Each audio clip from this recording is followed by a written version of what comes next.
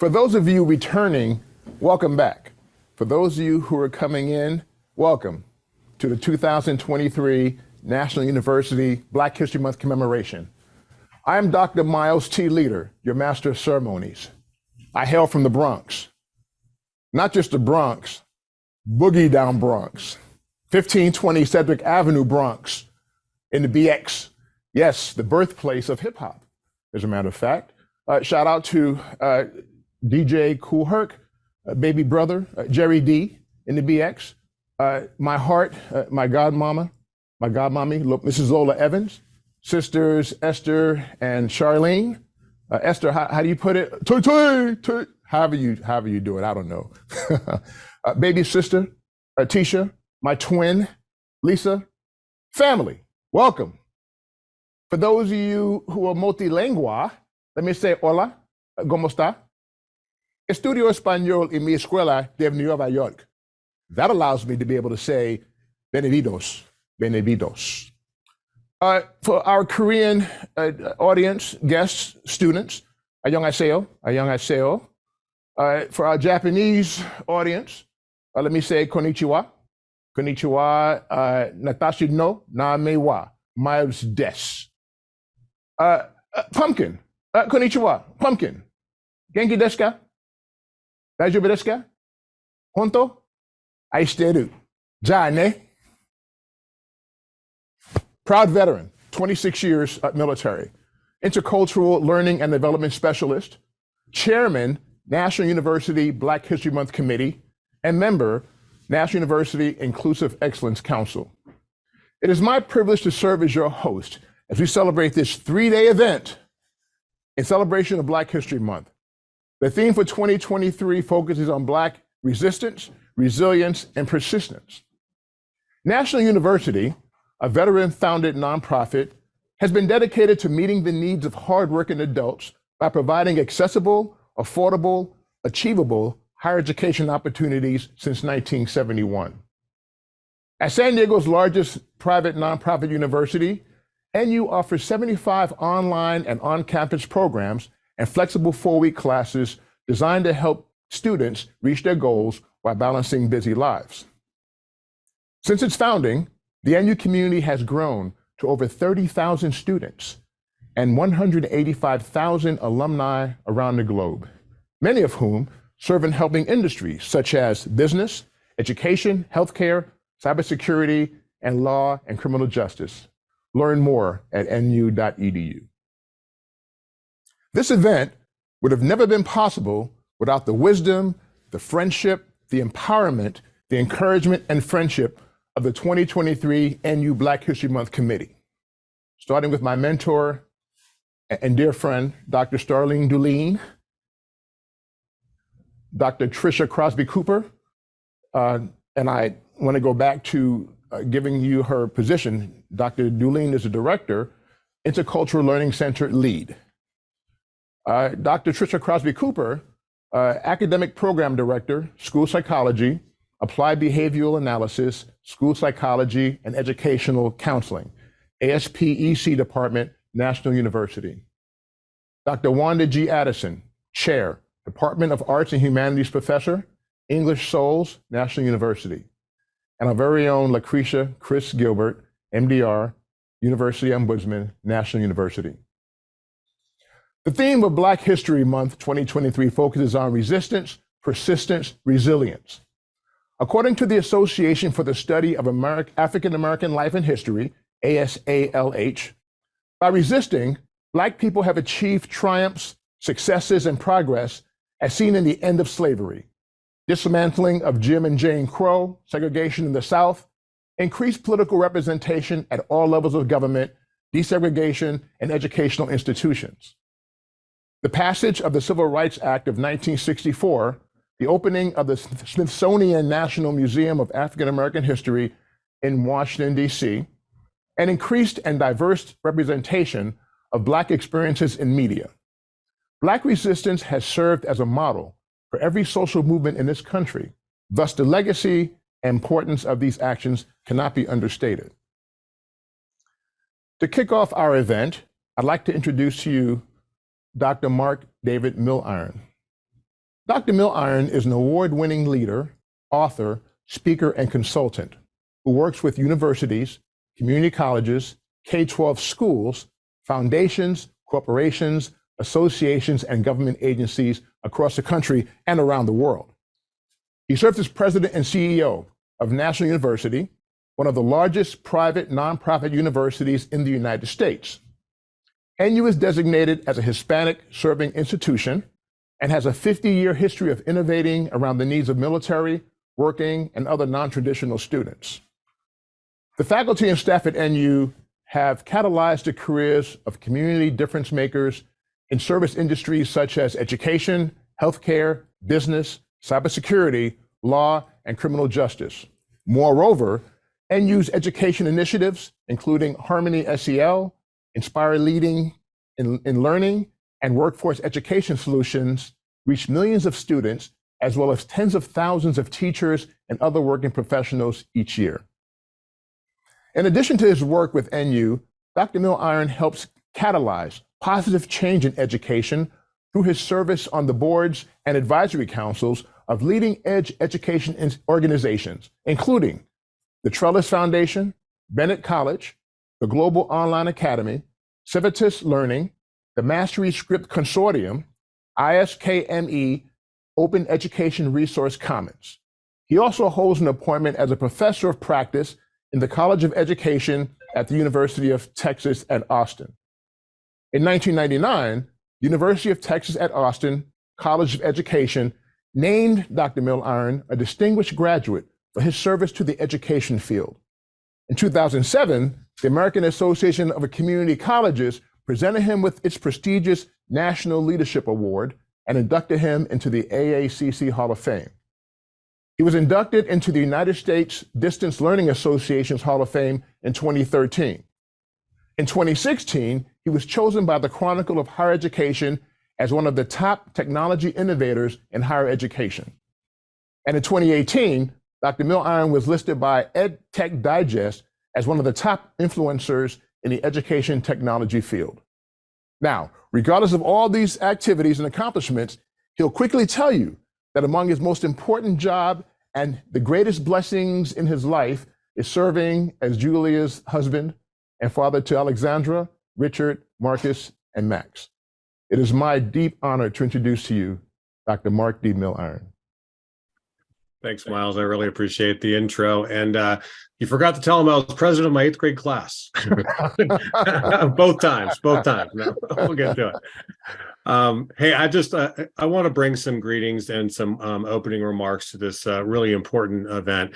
And anybody who's online, if you want to go ahead and come on camera, I love seeing your faces, love seeing the reactions. So if you just want to turn your cameras on, I love seeing some smiling mugs out there. That'd be great. So I'm honored and excited to be with you here today, but I'm especially honored to represent a university like NU. NU is an access, success, and equity innovator in the world of higher education. We're a different kind of university on purpose, by design, from our founding. Our commitment to a mission focused on providing world-class student experiences to an increasingly diverse student population is work worth doing. And our vision positions us as difference makers, training difference makers. Or as a dear friend of mine and former professor, the late Bill Moore. Dr. Bill Moore was the author of a seminal book in the world of higher education about Black men in higher education called Blind Man on a Freeway. He used to say that we're good troublemakers training good troublemakers, pulling from John Lewis. That's a vision that warms our hearts. It lights our fires.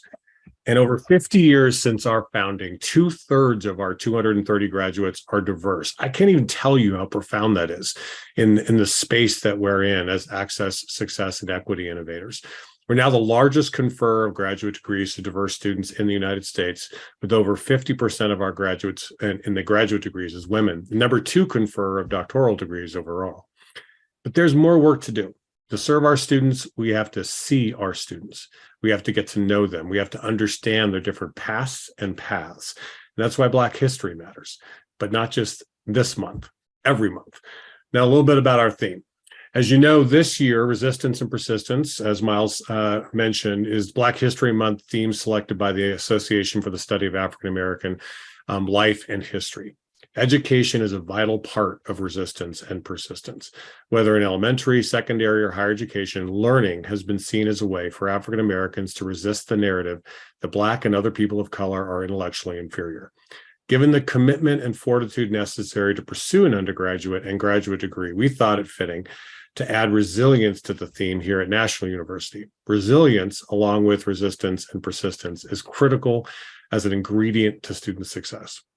Now, as you heard in the intro, I serve as vice chair of the board of Bennett College, an HBCU in North Carolina with a 150-year history of door opening, career building, and good troublemaking. In fact, if you really know Bennett, you'll know that they planned the lunch counter sit-ins on their campus in 1960. And their campus is just down the street from one of the most famous Green Book hotels in the South, Magnolia House. Bennett College's president, Dr. Suzanne Walsh, who spoke to National University's Board of Trustees last October, would love the theme of our Black History celebration here, especially the addition of persistence, but she would add anti-fragility to the mix. Anti-fragility is the ability to use education and energy to help students not just persist and resist, but to get better through struggle, to get up stronger and chart a brighter course. That's at the heart of our work here at NU, to truly see our students, understand them, teach them, reach them, and help them get up stronger and take life on. I know you share that sentiment. It's absolutely work worth doing. But here's an example of what this kind of work leads to, what resistance, resilience, persistence, and anti-fragility, what it leads to. Miles, I don't know if the folks there can bring up the picture of Ayanna. I'd love for our folks to be able to see it. This is Ayanna Combs. Ayanna is a fourth-generation National University graduate. She received a master's degree in social emotional learning in 2021. But there's so much more to her history. Remember, I said fourth-generation graduate. Her family history stretches across almost the entire 50-year history of National University. Her great-grandfather earned his degree from National University in 1975. Her grandfather earned his degree from NU in 1984. Her father earned his master's degree in 2015, and all of them were military veterans. Oh, and Ayanna's mom earned her master's degree in teaching at NU in 2008. Talk about an amazing family. Ayanna is already following in her mother's footsteps. She's a sixth grade teacher and now working on her doctorate and wants to help design curriculum and SEL to help more children thrive in school. See what I mean? Difference makers training difference makers at its best. This is just the kind of stories we want to be able to tell about our graduates. And before I close, I just want to give a few shout outs about all the work that went into these, the work you're seeing today. First, I'd like to acknowledge and thank the Intercultural Learning Center and the Office of S. Jedi for coordinating this event, but I specifically would like to recognize Dr. Miles' leaders, Dr. Starley Dillon from the Intercultural Learning Center, Emily Esparza from the Office of S. Jedi, and everyone who had a hand in planning and organizing the entire Black History Month series of activities. Let's give them shout outs in the chat and a virtual round of applause. Good stuff. Now it's my pleasure to turn it over to Dr. John Cicero, Provost here at NU. Well, thank you, Mark. I appreciate that. And thank you for inviting me. It's one of my favorite events throughout the entire year to be included in this celebration. And as I think about this celebration, I think Mark did such a great job of talking about who we are as National University. I want to continue that theme as the provost and focus on how we can work through academic affairs to enable people and give people opportunity throughout the rest of their lives. Mark touched on the vision and the mission, and I want to continue from there a little bit with the values. We are committed to diversity. Diversity in so many different ways, diversity of thought, diversity of origin, diversity of ethnicity, diversity of race. Everyone who comes to National University should have an incredible opportunity to advance their lives and advance their careers. Another part of our values would be access. We are realizing, and we're spending a lot of time developing our courses, our programs, so that whatever your background is, you have an opportunity to succeed. It's taken a long time to figure this out and figure out that there's many different kinds of learners, many different kinds of backgrounds. And when you come to National University, we want to guarantee a level playing field. And that's one of our commitments. And then I'd be remiss if I didn't finish up with talking about our ways of working. And certainly Mark touched on this in his opening. One of our ways of working is championing student success. If you think about it, why are we here? We want every student to be successful. And we want to celebrate with you, and we want to be champions with you as we watch you be successful. We want to build trust. It's something, and our president talks so much about that. Building trust takes a long time. We talk about our mission and our vision, and you have to watch us. You have to make sure that we're true to our mission vision. And if we are consistent with that, and if we're inclusive, and if we promote diversity, over time, we will build trust. Another one of our ways of working is to advance inclusion, consistent with our values, consistent with our mission, consistent with our vision. The fourth thing is embracing accountability. We need to be accountable. We want to teach our students to be accountable and to own your success and to own your education. And the favorite for most of the people here at National University is to make things better. And that is not something you do in a short period of time. It's a journey. And we want you to help us make things better for all of our students, for all of our faculty, for all of the NU community. Again, I thank you for letting me be a part of this celebration, and I will pass it back to Miles. Thank you, Dr. Cicero. I want to thank you, by the way, personally, because you've been a part of what we've been doing all along since I've known you. And I want to pay special thanks to you for your support and your friendship for what you do. So thank you so much. Truly my pleasure. Thank you. The honor is ours, sir. Honor is ours. If I may, at this point, introduce Dr. Thomas Stewart. Dr. Stewart is the Executive Vice President of the Social Justice, Equity, Diversity, and Inclusion at National University. He's an experienced executive leader with over 30 years of K-12 and post-secondary experience in education and criminal justice reform, innovation, and transformation. He's done extensive work in providing development opportunities for underserved and underrepresented individuals and communities. Before his current position, Dr. Stewart served as interim president of John F. Kennedy University and president of Patton University. He has co-founded and led over 20 schools, universities, or nonprofit organizations, including one of the country's first public boarding charter schools based in Washington, D.C. He has authored numerous publications on school reform, parent involvement, criminal justice reform, and higher education. Dr. Stewart earned a Doctor of Philosophy in Government from Harvard University, a Bachelor's of Arts in Political Science from the University of the District of Columbia. He currently resides in Baltimore, Maryland. Additional affiliations and achievements include veteran, United States Army. Thank you for your service, Dr. Stewart. PAHA Education Fellow, Aspen Institute, former commissioner, WASC Senior College and University Commission, member, Harvard University Society of Fellows, Board of Trustees member, Miss Wheelchair, California, lifetime member, Black Alliance for Educational Options, member, Greater Leadership, Washington, D.C., Virginia, Maryland. Guest, it is my privilege to introduce to you Dr. Thomas Stewart. Thank you, Miles, and greetings, everyone. I would like to thank Dr. Leader for helping organize and MC the celebration, and all those who had a hand in supporting NU's series on Black History Month. I'm honored to join President Milliron and Provost Cicero in sharing a few opening remarks and demonstrate the leadership's commitment to acknowledging the resistance, resilience, and persistence African Americans have demonstrated in general, and specifically here at National University.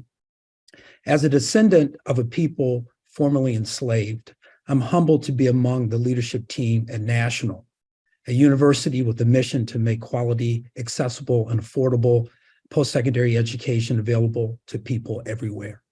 We should not take post-secondary credentials, whether they're a credential or a degree, for granted.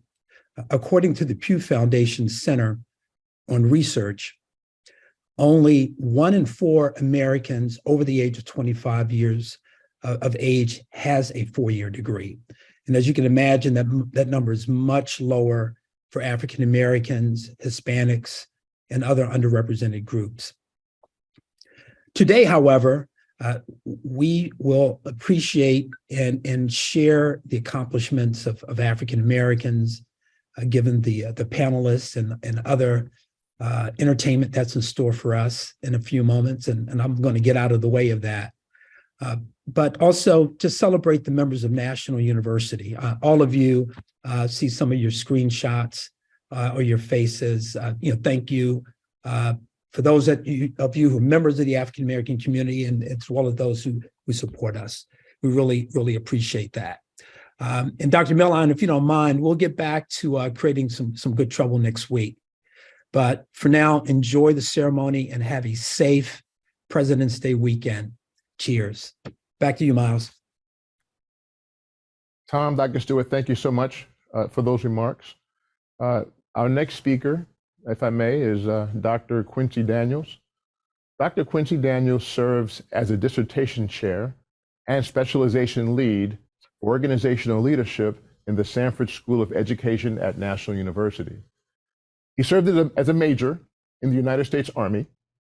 Dr. Daniels is also a former special education teacher and K-12 principal. Dr. Daniels' current research interests includes organizational leadership and educational leadership.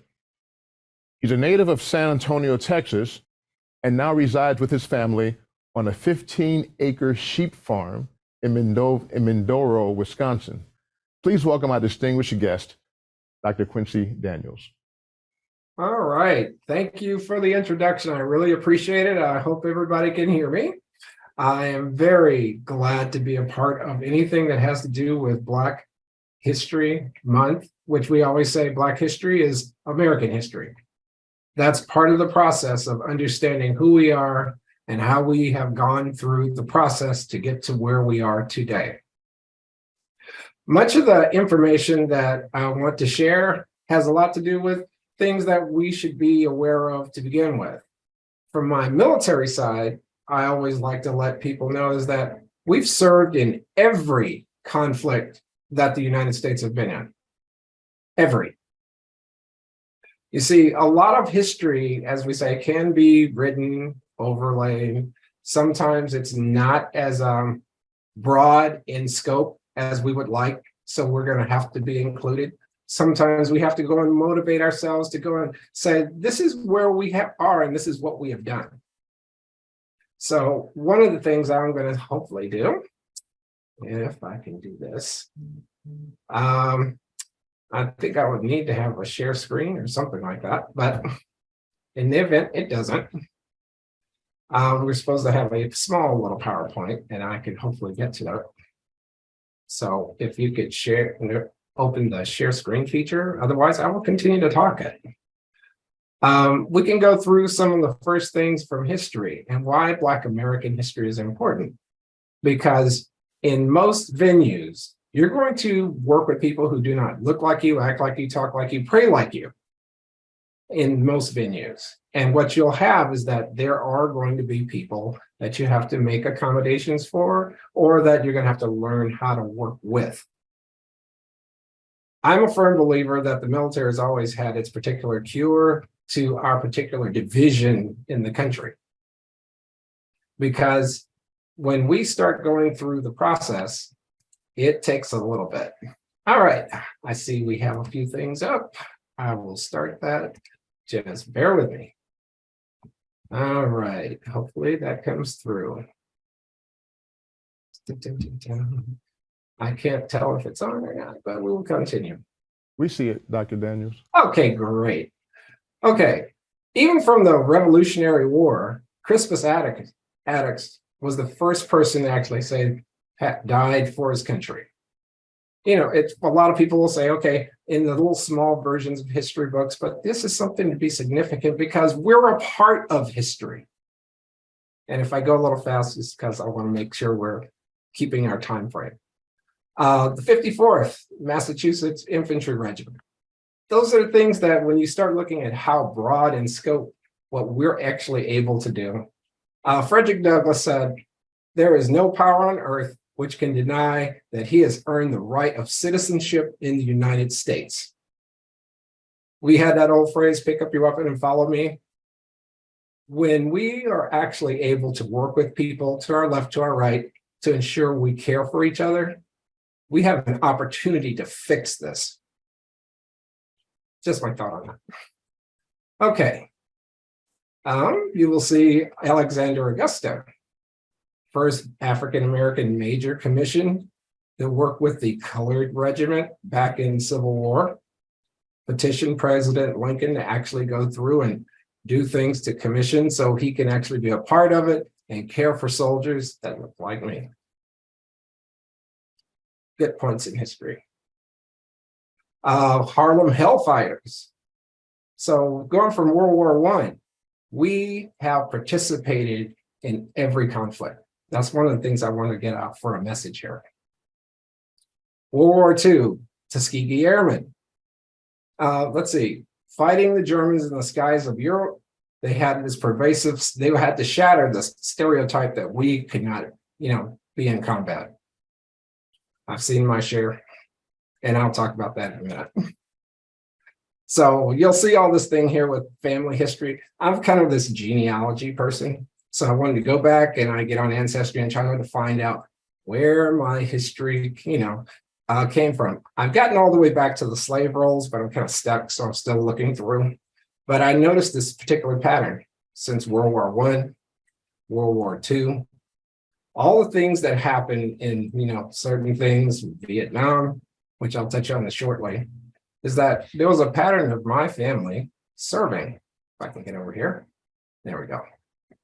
So you'll see these things and it's like, wow. I look back and I see signatures. I look back and start looking at like dates. And then I'm going to jump forward for a minute.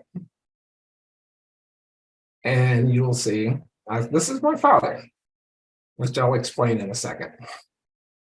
Decided he wanted to serve his country. Enlisted in the United States Air Force back in 1959. Good point. Right about that time frame, he managed to, qualify for the United States Olympic boxing team in 1960, earned a bronze medal, which I always, patting him on the back, let me play with it. And he's like, don't break it, which I almost did, but that's all right. So he served in that time where 1960s were a volatile period in our history. He also had this particular friend, if you'll notice, I called him, he never liked to smile for some strange reason, but he also served with this brash young person who was called Cassius Clay, and he soon became Muhammad Ali, a very vocal inspiration for the fight that we were going through in the 60s. Some of the things that my father actually told me, he had this frustration about, remember, he has won a medal against, different fighters from all over the world, has his bronze medal. You couldn't buy clothing in a store. You couldn't sit at the front of the bus. I'm old enough to, yes, I had to be at the back of the bus. I went and attended a segregated classroom, kindergarten. Those things stay with you. They mark you. I actually would sneak over and drink from the white water fountain. Yeah, it still happened back then. Representing his country, could not eat in restaurants. And his comment to me, it will get better. I believe you will do more and go further than I will, and so will your children.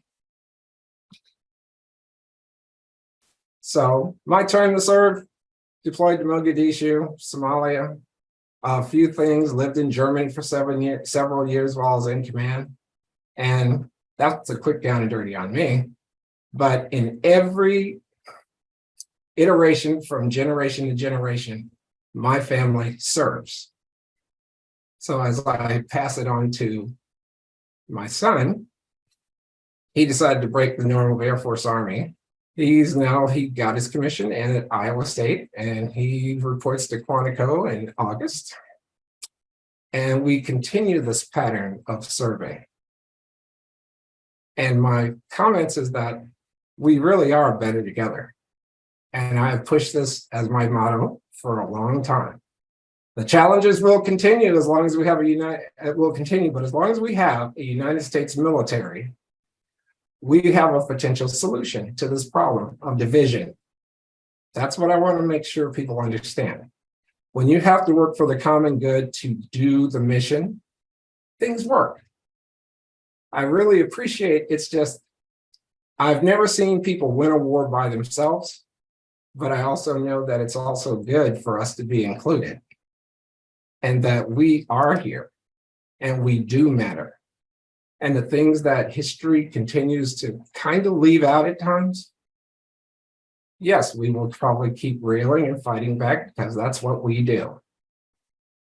The people who are in the fight for a long time. And like I said, rest if you must, but never quit.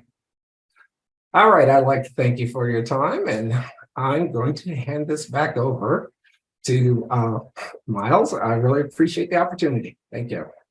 Dr. Daniels, I'm grateful. As a 26-year Navy veteran, and I served on board the USS New Jersey back in the early 80s, spent time in Beirut, Lebanon, and on Carl Vinson. And I want to say on behalf of the veterans here and the veterans myself, thank you so much for your service and for the service of your family.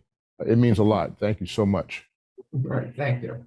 Yeah, we had, as you showed the audience in the history of how we served in the country's military, it's amazing how we fought wars bravely, with courage. I saw the movie Glory, which depicted the 54th Massachusetts Regiment, the movie Glory with Denzel Washington. I saw that movie and I was very inspired by it. And I was amazed that coming back, we didn't have the same benefits as other soldiers when they came back. As a matter of fact, a lot of them were denied use of the GI Bill for their education benefits when they returned. So it's been a struggle, and it continues to be a struggle for a lot of people. And as you probably know, within our military, they still serve to this day. And they're either on deployment, coming back from deployment, or getting ready for deployment. So what you say speaks to the heart, and it brings home the sacrifices that we make, and the struggle, the persistence and struggle continues. So I thank you so much for speaking on behalf of yourself, family, and veterans. Thank you. All right. Powerful stuff. Dr. Randy Sanders, she is an Associate Dean of Faculty and full professor at National University.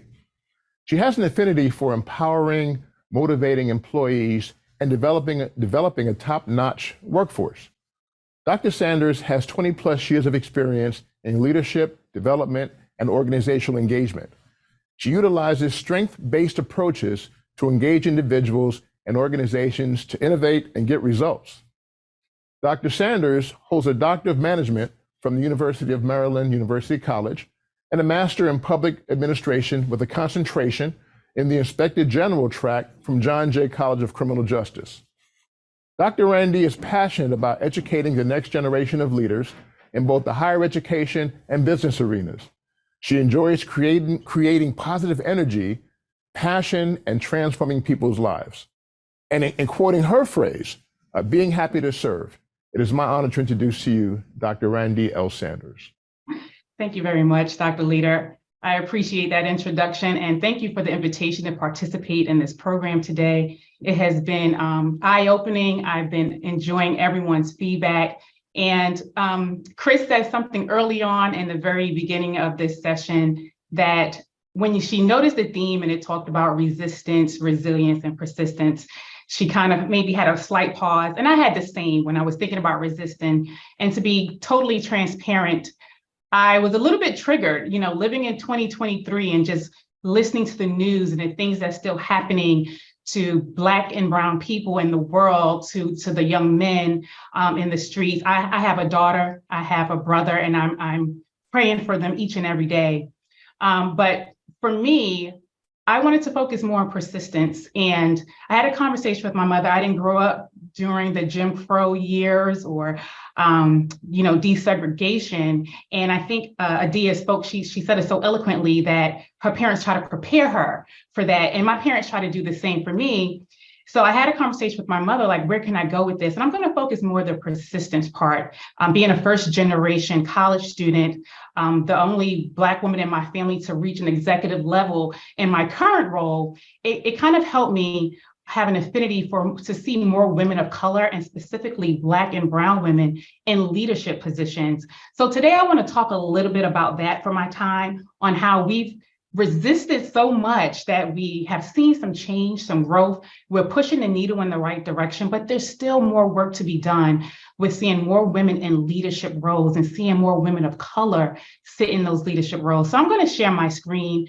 I have a couple of facts that I want to talk about, and just talk about what we can do and shift our mindset to see more women in these positions, and how we can be more of a coach and mentor. And what we need more than anything is a sponsor, right? And that ally to open those doors for us. So I'm going to share my screen really quickly.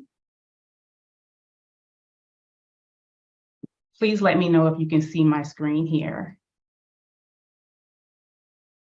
We can see it. Fantastic. Yes. Fantastic, thank you. So I have just a couple data points. It's a little bit, maybe like a year or two outdated here, but according to the Women's Leadership Gap, the Center for American Progress, this is the picture of women in executive and leadership positions. And as you can see, 50.8% of the US population is women in the workforce. We hold 60% of those graduate degrees, 47% in the US labor force, and we're college educated, right? Those are all the great points, but for some reason, it's still not translating over when we get into these business, these corporations, these institutions. Women leadership we hold 19% of the board seats, 5% of the CEO and S&P 500, and executive and senior positions 26%. But women of color, as you can see, is a very, very low percentage, 4.7. And it may have increased by 1 point, because I know now we have 2 women, Black women CEOs that's running those companies.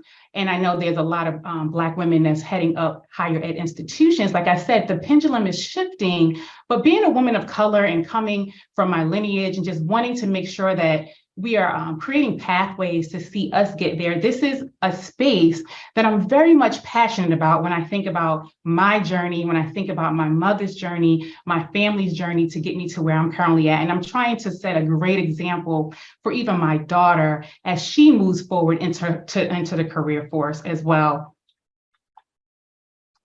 Find this next slide here. So one thing I like to talk to women about, and even for myself, I'm constantly just trying to continue to motivate myself as I'm in these spaces and ask myself, am I truly ready to lead and elevate, to activate and prosper? And this is something that I hold on to as I'm thinking about how can I move to the next level, and how can I help someone else move to the next level. And when I think about leading, I'm thinking about how can I shift from doing my day-to-day routine, but leading the individuals to go to that next level? How can I take charge of my career, as well as mobilize other women on the rise? Because I didn't get here by myself, right? I really truly believe that no one person is an island. And I know that people had to open up doors, provide platforms for myself. And I want to make sure that I'm also positioning myself to help women as well. And in the end, live your best life. I am truly here to serve. I'm truly here to live my best life, to see everyone else live their best life. And how can we do that?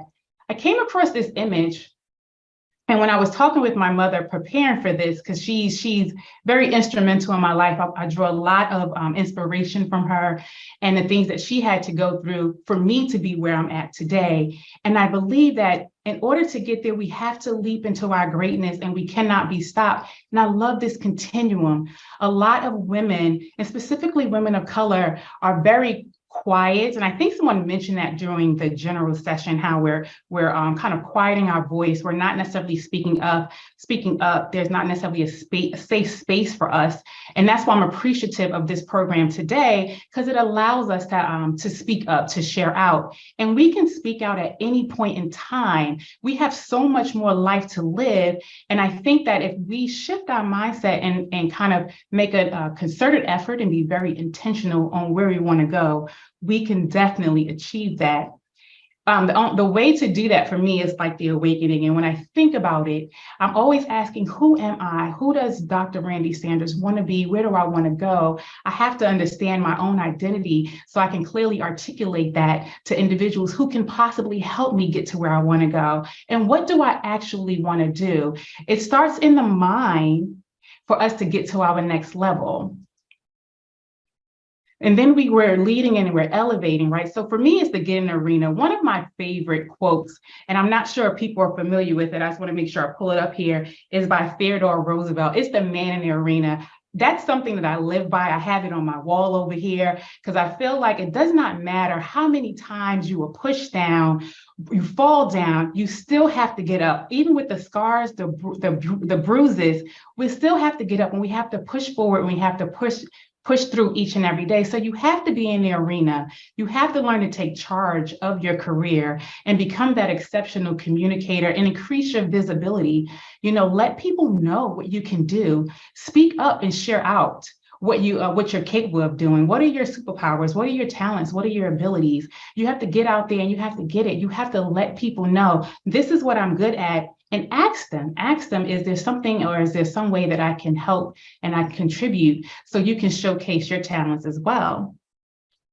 And then how you activate and prosper by owning that, become a subject matter expert in your lane. We don't have to be the jack of all trades. I really do think that people need to master something because then you become that sought after leader that individuals want to have and the go-to person that they want to go to get information from. And again, you want to mobilize other people as you are coming up on the rise and you want to definitely live your best life. This is something that I ask myself all the time. And I just remind myself that as a woman, I only have this one life to live. And how do I want to spend it? Do I want to agonize and apologize? Do I want to be regretting the choices that I've made? Do I want to constantly question my pathway, hating myself, dieting, running after people who don't necessarily see me as who I am, my thought and authentic self, Or do I want to be brave? Do I want to believe in myself? Do what feels good, take those risks, because I really do only have this one life to live. And I want to make myself proud. I want to make my mother proud. I want to make my ancestors proud. And this is how I persist on a daily basis. I am working hard towards my goal. And whatever your goal is, you should be putting actionable steps each and every day to acquire it. I'm going to leave you with this one other quote that I use on a daily basis. It's by George Bernard Shaw. And it says, I am of the opinion that my life belongs to the whole community. And as long as I live, it is my privilege to do for it whatever I can. I want to be thoroughly used up when I die, for the harder I work, the more I live. I rejoice in life for its own sake. Life is not a brief candle to me. It is sort of a splendid torch, which I have got a hold on for the moment. And I want to make it burn as brightly and as possible before handing it to the future generations.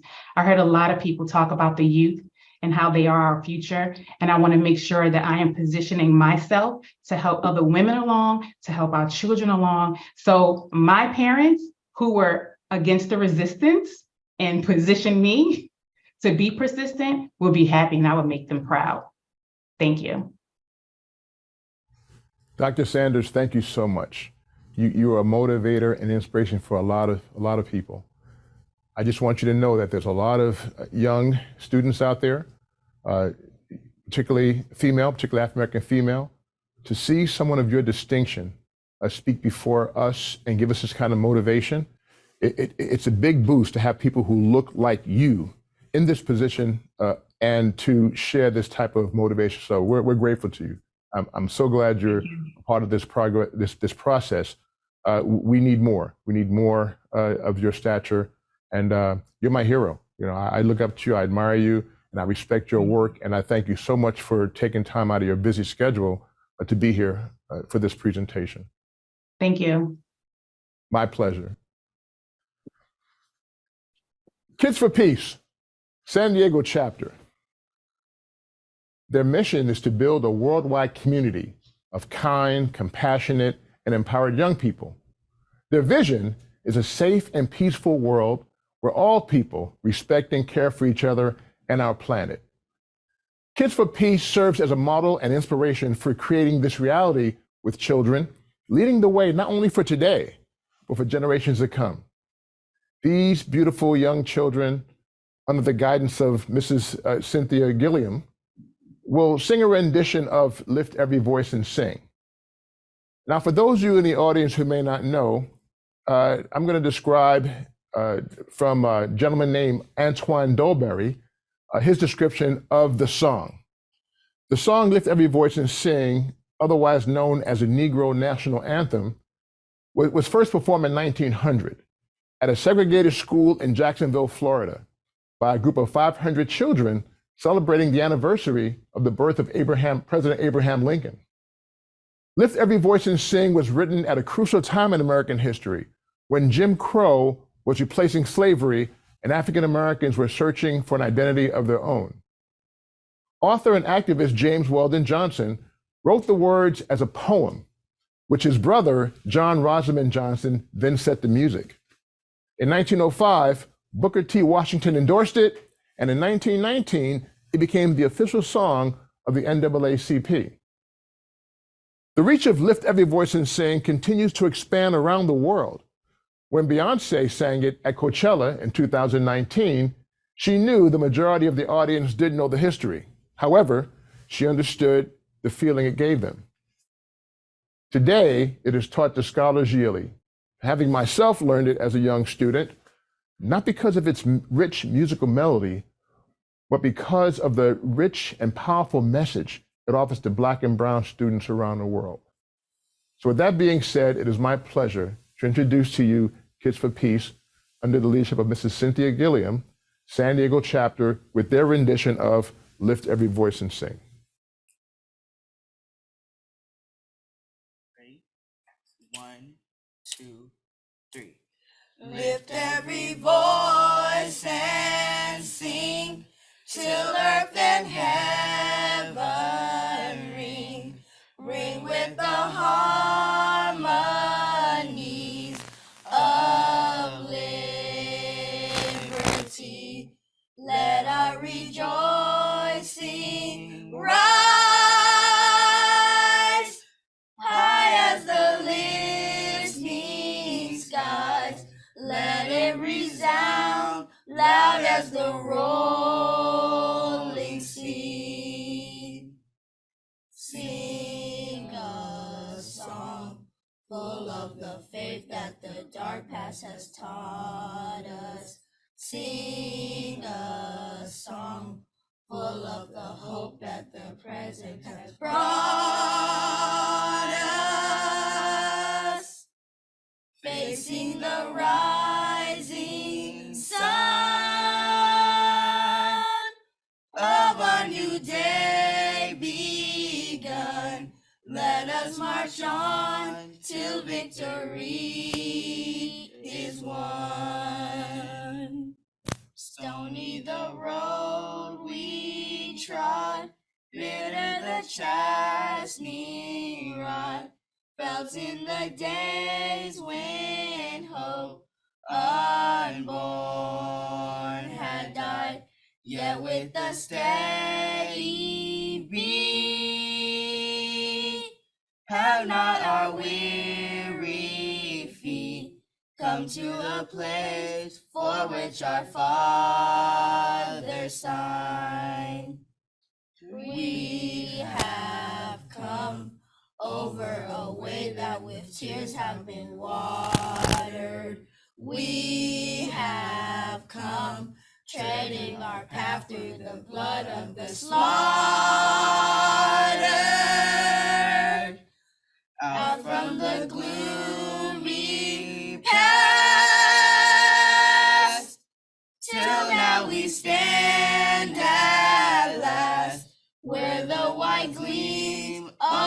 bright star is cast.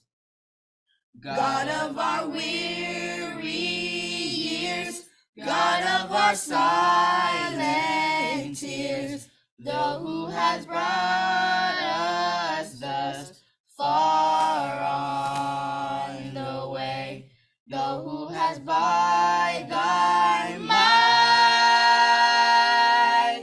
led us into the light, keep us forever in the path we pray.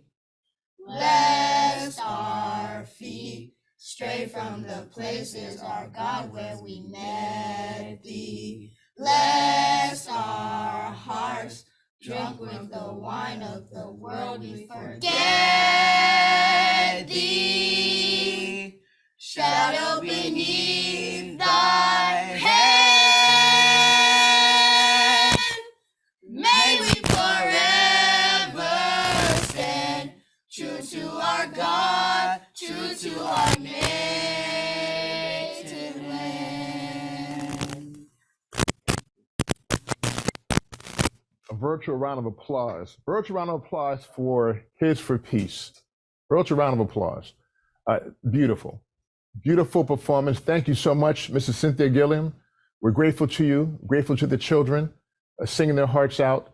It's so inspirational to hear them. They're the future. They're the future, and that's what this is all about, them. So thank you so much. I hope you've enjoyed our program. The journey of everyone involved, their journey is our journey. From all those you've heard from, like you and me, we are Black history. All the work that was done is part of National University's continuing commitment to acknowledge, embrace, and celebrate culture. How do we do? Did we fall short? Did we meet or exceed your expectations? Help us by participating in this short survey. Your feedback can only help us in our efforts to make cultural events even better.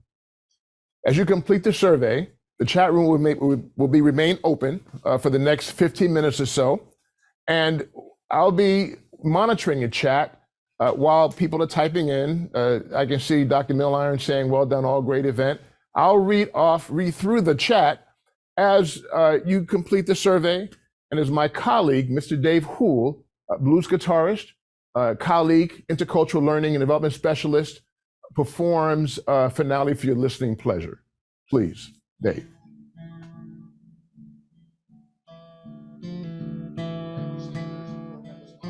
Quincy Daniels, everyone, yes, outstanding. Julie McMillan, round of applause, thank you. Dr. McNeil, honored to have been invited speaker at this awesome event. Well done. Thank you, Dr. McNeil, for your support. Who do we access the survey? Dr. Stewart is asking this question. I'm not sure offhand, but I do know that an email will be sent to all participants.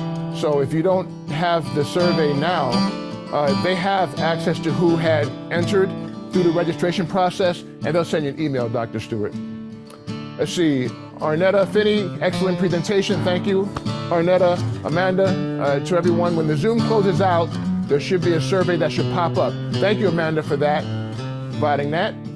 Dr. Daniels, thank you for the opportunity. Thank you, Dr. Daniels, I'm grateful to you supporting us.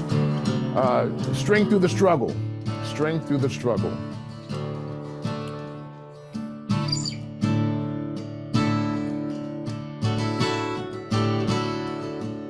Dr. Cicero says, well done. Thank you so much. Thank you, Dr. Cicero. Daniel Thornburn, inspiring event. Beautiful. Dr. Galvao, Dr. Sam, thank you so much. To everyone, thank you for the kudos. Dr. Galvao. Sharon Kimmel, very informative. Really appreciated hearing the stories to provide perspective for me to consider. Who else? Dr. Goodwin, thank you, Dr. Leader, for your organization, facilitation, heart, and at times humor. Well done. Thank you, Dr. Goodwin. Who else has something to say? Who else has something they want to donate? We're open for another 5 minutes or so. Julie McMillan says, I want more of this. Will do. Amanda says ditto. And Annabelle Goodwin speaks about how well Dave sounds. You're sounding good, David, to Dr. Goodwin.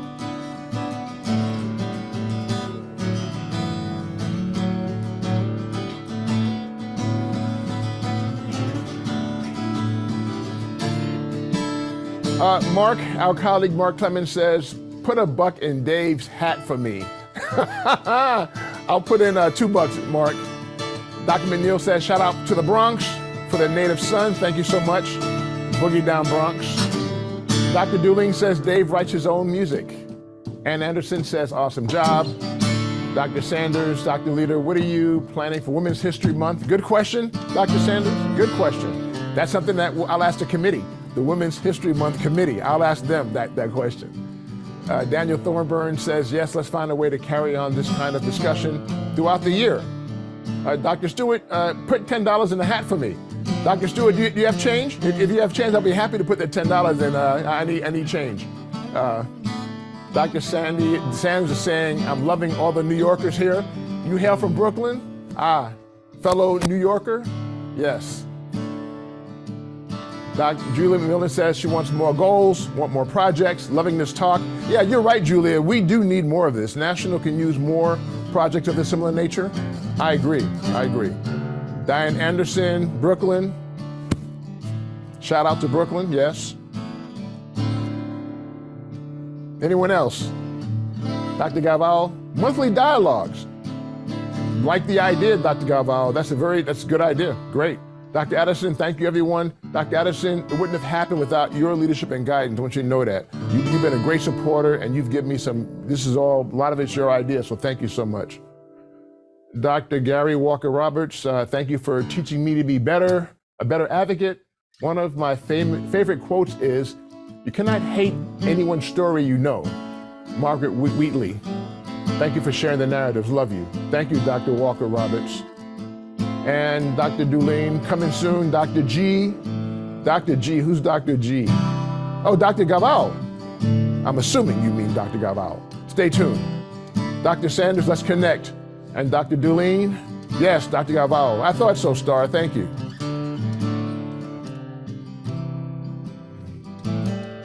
We have, yeah, absolutely. We have about 3 more minutes. We'll end right at 3 o'clock for any final chat, feedback. And of course, after this is over, you'll be receiving an email for the survey to fill out, if you would, please. Who else? Anybody else? We have about a 2-minute warning right about now. Stay tuned for iChats offered on a regular basis and the High Five continued discussion forums. Okay, great. Who else? What else? Julia, heart from Julia. Dr. Walker Roberts, we need a t-shirt. NU t-shirt to celebrate this month. Great idea, great idea. We'll look into that once we're done with this, once things get settled. Amanda says there's one in the NU store. Amanda answered the question. A few, actually. There are a few of those. Chris Gilbert, NU Ombudsman, says S Jedi has them. Go. So S Jedi does have these shirts. Dr. Gaval throws in a heart. Chris Gilbert says to the NU store, go to the S Jedi store. They're beautiful. Dr. Chris' background is one of them. Dr. Gilbert says this community building, this feels community building, and she appreciates it. Dr. Walker Roberts leaves his address. Thank you so much. We have a 2-minute warning before our program comes to an end.